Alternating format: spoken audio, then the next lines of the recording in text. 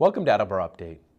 The Attleboro Water Department is reaching out to residents to help prevent the city's water services from freezing. As the weather has gotten colder, the Water Department has received an increase in calls from residents with frozen water pipes. In response, the department sent out a notice to all residents asking them to run a faucet inside their homes to keep the water flowing throughout the city. We spoke with Attleboro Water Department Superintendent Paul Kennedy about the notice. We had several calls from residents in the city that they had no water, and the reason being was their service was frozen. What we did at first was we tried to service the residents by supplying a hose, and what we do is we assist them in hooking the hose up to a neighbor's property with the neighbor's permission, using the neighbor's water to get water to their home. Of course, they'd have to run a trickle of water through that hose constantly so the hose wouldn't freeze up at night. We did that. We did several residents hooked up from house to house. We got to the point where we were getting so inundated with calls. We had 15 to 20 calls. Just yesterday we had 6 of them. It got to the point where there were so many of them that we decided to put out an alert to all the residents in the city, asking them if they'd run their water in their home, just a trickle from one faucet, just to keep the water moving, and that would prevent their line from freezing. The frost level this year, it varies from year to year. This year is extremely deep because of the extreme cold weather. It's at about 3.5 feet. It may be going down. It could go down to as much as 4 feet, and it may be for a couple of days, 2 or 3 days. It depends. It's hard to say because we don't know what kind of weather we're going to get. It's unpredictable. So I would suggest that people run their water for at least until the end of this week.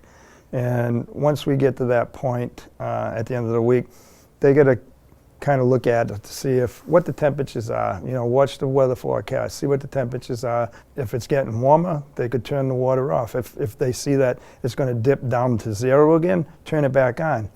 It's something that it protects the homeowner, it protects their water service, and it's going to protect if they heat with forced hot water, then it's going to keep heating in their homes also.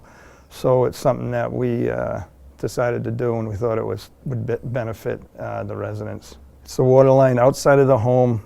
It's freezing up from the valve on the sidewalk or at the homeowner's property line into their home. That's the line that's freezing. Nobody's had a burst line, so water hasn't entered anybody's home to damage any homes.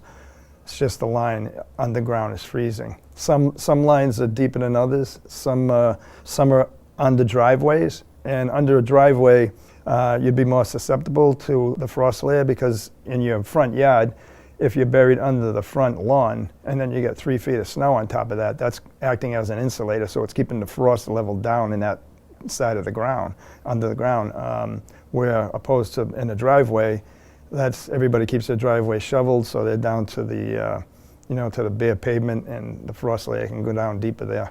The expense isn't going to be a huge expense. I did some calculations, and running your faucet at a trickle, you'd use about 57 gallons a day. We bill in cubic feet, 100 cubic feet. There's 748 gallons in 100 cubic feet. So if you took that 748 divided by the 57 gallons a day, you could run your water for 13 days for the price of 100 cubic feet of water, which is $4.47. 100 cubic feet of sewer is $9.10. So for 13 days, in effect, that would cost a resident $13.57, which is not a big deal. If it did burst and get into the house, you're talking, it could be thousands of dollars, not only for the damage inside the house, but to repair that water service is thousands of dollars. I think the best thing to do would be to just watch the weather and see what the predictions are for the temperatures, and if it starts getting warmer, you can back off. You can go, close that faucet. If it starts getting extreme cold again, and I'd turn it back on. It's just a little bit of insurance for the people to keep their water going at not a tremendous cost. You know, I think it's worth the cost to keep your lines from freezing and keeping water service in your homes.